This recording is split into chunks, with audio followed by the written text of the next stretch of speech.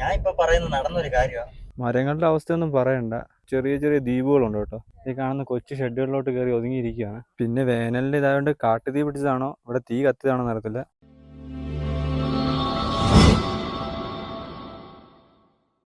ഇന്നത്തെ നമ്മുടെ യാത്ര എങ്ങോട്ടാന്ന് ചോദിച്ചു കഴിഞ്ഞാൽ ഇടുക്കി ജില്ലയിൽ ഒരുപാട് സ്ഥലങ്ങൾ നമ്മൾ കണ്ടിട്ടുണ്ട്. എന്നാൽ ഇപ്പോൾ ട്രെൻഡിങ് അയക്കുന്ന ഒരു സ്ഥലമുണ്ട്. സ്ഥലം ഏതാന്ന് ചോദിച്ചു കഴിഞ്ഞാൽ ഇവിടെ കാൽവരിമൗണ്ടാണ്. ഞങ്ങളിപ്പോൾ പൊക്കോണ്ടിരിക്കുന്നത് മാട്ടുക്കട്ടയിൽ നിന്നാണ്. മാട്ടുക്കട്ടയിൽ നിന്ന് കട്ടപ്പന എന്ന് അവിടെ നേരെ കാൽവരിമൗണ്ടിലേക്കാണ് പോകുന്നത്. നമ്മുടെ ഫ്രണ്ടിൽ കാണുന്ന ഒരു വ്യൂ ഉണ്ടല്ലോ, അത് ഏഷ്യയിലെ രണ്ടാമത്തെ മൺപാലം സ്ഥിതി ചെയ്യുന്ന സ്ഥലമാണ്. അതിന്റെ വീഡിയോ ഞാൻ പിന്നെ ഇടുന്നതാണ്. ഇപ്പൊ നമ്മൾ നേരെ പോകുന്നുണ്ട്, ഇവിടെ ഇറങ്ങുന്നില്ല, ഭയങ്കര വെയിലാണ് ഈ വഴി പോകുന്നത്. പിന്നെ ഇവിടെ റോഡ് പണി നടക്കുന്നുണ്ട്. കോട്ടയം മുണ്ടക്കൻ സൈഡ് ഭാഗത്തുനിന്ന് വരുന്നവർക്കാണെങ്കിൽ ഈ റോഡിൽ കൂടി പോകാൻ നല്ല രസമുണ്ട്. കാരണം പണ്ടത്തെ പോലെ അല്ല, റോഡിനൊക്കെ അത്യാവശ്യം വീതി കൂടിയിട്ടുണ്ട്. പിന്നെ റോഡെല്ലാം അടിപൊളിയാക്കി ഇപ്പം ടാറിങ്ങും കഴിഞ്ഞിട്ടുണ്ട്. ഇതുപോലെ കുറച്ച് സ്ഥലങ്ങളിൽ മാത്രമേ പണി കഴിയാത്തുള്ളൂ, ബാക്കി ഫുള്ള് പണി കഴിഞ്ഞേക്കാണ്. കട്ടപ്പന റോഡ് റൈറ്റ് സൈഡിലായിട്ട് കാണുന്നുണ്ടോ, ഇത് ഫുള്ള് കരിങ്കല്ല കേട്ടോ. ഇത് പൊട്ടിച്ചാണ് ഇവര് ഈ സൈഡിലെ റോഡിലെ സൈഡ് വരിയൊക്കെ കെട്ടിക്കൊണ്ടിരിക്കുന്നത്. മുണ്ടക്കയം കട്ടപ്പന റോഡ് വരുന്നവർക്കറിയാം, ഈ റോഡിൽ വലുതായിട്ട് തിരക്കൊന്നുമില്ല. തിരക്ക് കുറഞ്ഞ റോഡിലൂടെയാണ് നമ്മൾ പൊക്കോണ്ടിരിക്കുന്നത്. അങ്ങനെ നമ്മൾ ലബ്ബക്കട എന്ന് പറഞ്ഞ ജംഗ്ഷനിൽ എത്തിയിട്ടുണ്ട്. ഇനി ഇവിടെ നിന്ന് ഏകദേശം ഒരു 20-23 കിലോമീറ്ററിനകത്തുണ്ട് കാൽവരിമൗണ്ടിലേക്ക് നമുക്ക് എത്തിച്ചേരാൻ. ഇവിടെ നിന്ന് റൈറ്റ് സൈഡിൽ കാണുന്ന ബിൽഡിംഗ് ആണ് ഇവിടുത്തെ ഒരു കോളേജാണ്, JPM കോളേജ്. നമ്മുടെ ഫ്രണ്ടിൽ കാണുന്ന ആ ഒരു മല കണ്ടോ, അതാണ് കല്യാണത്തണ്ട് മല. നമ്മൾ അങ്ങോട്ടും പോകുന്നുണ്ട്. അപ്പൊ നമ്മൾ നേരെ കാൽവരിമൗണ്ടിലോട്ട് പോയിട്ടാണ് കല്യാണത്തണ്ട് മലയിലേക്ക് പോകുന്നത്. ഞാൻ ഇപ്പൊ പറയുന്നത് നടന്നൊരു കാര്യമാണ്. സംഭവം ഞാനും അറിവ് ഭയങ്കര ക്ലോസ് എന്നാ എല്ലാ താൽ ബന്ധമാണ് ഞങ്ങൾ തമ്മിൽ. അപ്പോ പുള്ളി ഇതേപോലെ പുള്ളിയുടെ BMW ഒരു കൂടിയ വണ്ടി ഓട്ടിക്കാൻ തന്നു. ഏതോ സിനിമയിലൊക്കെ ഇത് വന്നായിരുന്നു. എന്റെ ഈ സ്റ്റോറി അവരെടുത്തിട്ടേക്കുന്ന എന്നാ ചെയ്യാനാ സംഭവം. പുള്ളി ഞാനും നമ്മുടെ ഈ ഷാർജ ചന്തയുടെ ആ വഴി കൂടി ഷാർജ ചന്ത, ദുബായിൽ ഇതൊക്കെ നിസ്സാരമല്ലേ, എന്ത് ചെയ്യാൻ. എന്റെ ദൈവത്തിന് ഫോൺ അറിയണത്. ഞങ്ങൾ എവിടെയാ നിർത്തിയ, ദുബായ് ചന്തയുടെ സൈഡിൽ കൂടി പോവുക. ഒരു 300-350 സ്പീഡ്. ഓ തള്ളുന്നല്ല കേട്ടോ വണ്ടിയുടെ സ്പീഡ്. 300-350 പോവുക. അറബിയാണ് ഉറക്കം. തൊട്ട് ഫ്രണ്ടിൽ അതാണ്ടോ ഒരു ഒട്ടകം. പിടിക്കാനും പറ്റുമോ, സ്തോത്രം അച്ഛനുണ്ട്.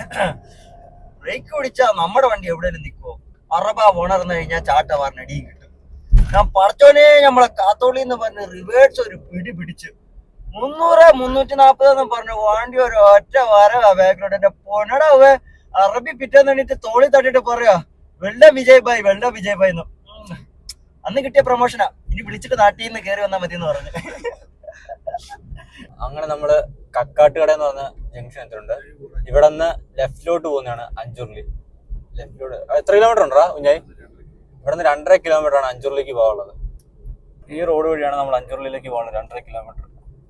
അങ്ങനെ നമ്മൾ ഇടുക്കിക്കാവലം എന്ന് പറഞ്ഞ ജംഗ്ഷൻ എത്തിയിട്ടുണ്ട്. ഇനി ഇവിടെ നിന്ന് ഇടുക്കിയിലോട്ട് പോകുന്ന ലെഫ്റ്റ് സൈഡ് കിടക്കുന്ന റോഡ് വഴി കയറിയാണ് നമ്മൾ കാൽവരിമൗണ്ടിലോട്ട് പോകുന്നത്. ഇപ്പൊ ശരിക്കും വന്ന വഴിയൊക്കെ അടിപൊളിയായിട്ടുണ്ട് കേട്ടോ. നമ്മുടെ ഗവൺമെന്റിനെ കൊണ്ട് കേരളത്തിലെ റോഡുകളൊക്കെ ഏകദേശം നല്ല രീതി ആക്കുന്നുണ്ട് അവര്. ഇപ്പൊ അടുത്ത ഇലക്ഷന് വേണ്ടി സമയമായി, അതിന്റെ ഒരു ഇതാണ് ഈ കാണുന്നതൊക്കെ. വഴികളൊക്കെ ഇത്രയും മനോഹരമാക്കി അവരിട്ടേക്കുന്നത്.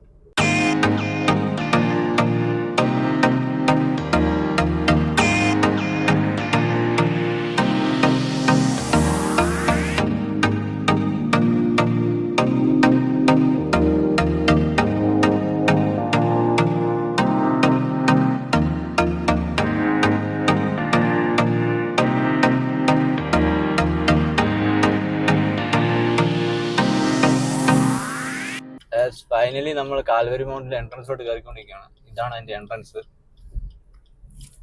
നമ്മൾ ഈ കാൽവരിമൗണ്ടിൽ നിന്ന് കഴിഞ്ഞാൽ ഇടുക്കി ഡാമിന്റെ റിസർവോയർ ഒക്കെ കാണാൻ പറ്റും. അതാണ് ഇവിടുത്തെ ഏറ്റവും വലിയ മെയിൻ ഹൈലൈറ്റ് എന്ന് പറയുന്നത്.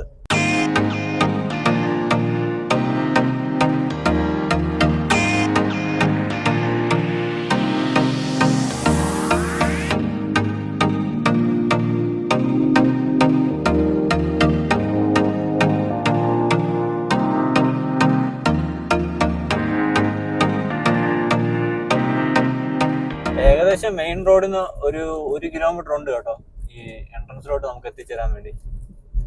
ഞങ്ങളിവിടെ 4 പേരാട്ടോ വന്നത്. ഞങ്ങൾക്ക് 4 പേർക്കും കൂടെ വണ്ടി അടക്കം വന്നത് 185 രൂപയാണ്. പിന്നെ എല്ലാ പ്രാവശ്യത്തെ പോലെ ഞാൻ പോകുന്ന സമയം നട്ടുച്ചയാണ്. ഇവിടെ വന്നതും ഏകദേശം നട്ടുച്ചയ്ക്ക് തന്നെയാണ്.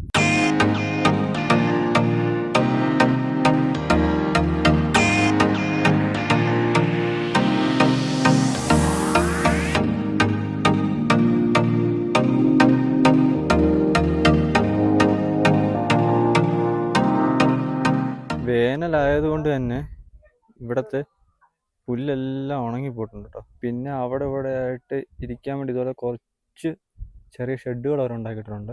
കാൽവരി വണ്ടി ഒന്നും ഈ ഇടുക്കി ഡാമിലെ റിസർവോയറിലേക്ക് നോക്കുമ്പോൾ ഇവിടെ കൊച്ചു കൊച്ചു ചെറിയ ചെറിയ ദ്വീപുകളുണ്ട് കേട്ടോ. ഈ കാൽവരി മോളിൽ ഓപ്പോസിറ്റുള്ള മലയിൽ എല്ലാ പുല്ലും മരങ്ങളും ഉണങ്ങിപ്പോയൊരു കാഴ്ചയാണ് നിങ്ങളിപ്പോൾ കണ്ടുകൊണ്ടിരിക്കുന്നത്.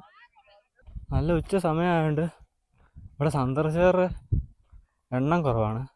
പക്ഷെ രാവിലെ വൈകുന്നേരമൊക്കെ വന്നു കഴിഞ്ഞാൽ നല്ല അടിപൊളി ആംബിയൻസ് ഉള്ള സ്ഥലമാണ് കേട്ടോ അത്.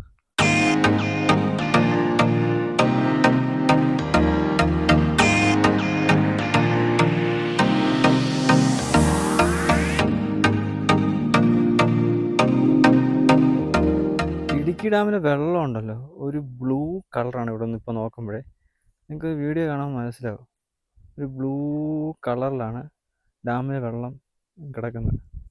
മരങ്ങളുടെ അവസ്ഥയൊന്നും പറയണ്ട, വേനലായതുകൊണ്ട് തന്നെ എല്ലാ ഇലകളും കൊഴിഞ്ഞു വീണ് ഇപ്പോൾ പുതിയ പുതിയ ഇലകളൊക്കെ വന്നുകൊണ്ടിരിക്കുകയാണ്. പിന്നെ വേനലിൻ്റെ ഇതായതുകൊണ്ട് കാട്ടുതീ പിടിച്ചതാണോ ഇവിടെ തീ കത്തിയതാണോ എന്നറിയത്തില്ല. എന്തായാലും ഇവിടുത്തെ ആ പച്ചപ്പിൻ്റെ ആ ഒരു ഭംഗിയൊന്നും ഇവിടെ വന്നപ്പോൾ നമുക്ക് കാണാൻ പറ്റുന്നില്ല. വെയിലായതുകൊണ്ട് തന്നെ എല്ലാവരും ഈ കാണുന്ന കൊച്ചു ഷെഡുകളിലോട്ട് കയറി ഒതുങ്ങിയിരിക്കുകയാണ്. നല്ല വെയിലാണ് കേട്ടോ ഇപ്പോൾ ഇവിടെ. പിന്നെ ഇവിടെ റിനോവേഷനൊക്കെ നടക്കുന്നുണ്ട് കേട്ടോ. ഞാൻ നേരത്തെ ഇവിടെ തീ കത്തിയെന്ന് പറഞ്ഞില്ലേ, അത് ശരിക്കും കത്തി കയറുന്നുണ്ട് ഇവിടെ ഈ ചൂട് സമയത്ത്. ഇവിടുത്തെ പുല്ലെല്ലാം ഉണങ്ങി കഴിയുമ്പോൾ തീ കാട്ടുതീയായിട്ട് കത്തി കയറുന്നതെന്നാണ് ഇവിടെ ചോദിച്ചപ്പോൾ അറിയാൻ പറ്റിയേക്കുന്നത്. നമ്മുടെ തൊട്ട് ഫ്രണ്ടിൽ കാണുന്നുണ്ട്, അത് തേയിലത്തോട്ടം കേട്ടോ. ചെറിയ ചെറിയ റിസോർട്ടാണ് തോന്നുന്നു ഫ്രണ്ടിൽ കാണുന്നത്. അങ്ങനെ നമ്മൾ കാൽവരി മൗണ്ടിലെ കാഴ്ചകളുകൊണ്ട് പോവാണ്. പക്ഷേ ഭയങ്കര വെയിലായതുകൊണ്ട് തന്നെ ഭയങ്കര രസമൊന്നും ഇല്ലായിരുന്നു കാഴ്ചകളൊന്നും. പിന്നെ മഴ സമയത്തൊക്കെ വന്നു കഴിഞ്ഞാൽ അടിപൊളിയായിരിക്കും കേട്ടോ ഇവിടെ. അല്ലാതെ ഈ വേനൽ സമയത്ത് വന്നു കഴിഞ്ഞാൽ കുറച്ച് വെള്ളക്കെട്ട് കാണാം, അത്രേ ഉള്ളൂ, വേറെ വലുതായിട്ട് കാണാനൊന്നുമില്ല. ഇനി നമ്മൾ ഇടുക്കി ജില്ലയിലെ അടുത്തൊരു സ്പോട്ടിലോട്ടാണ് പോകുന്നത്.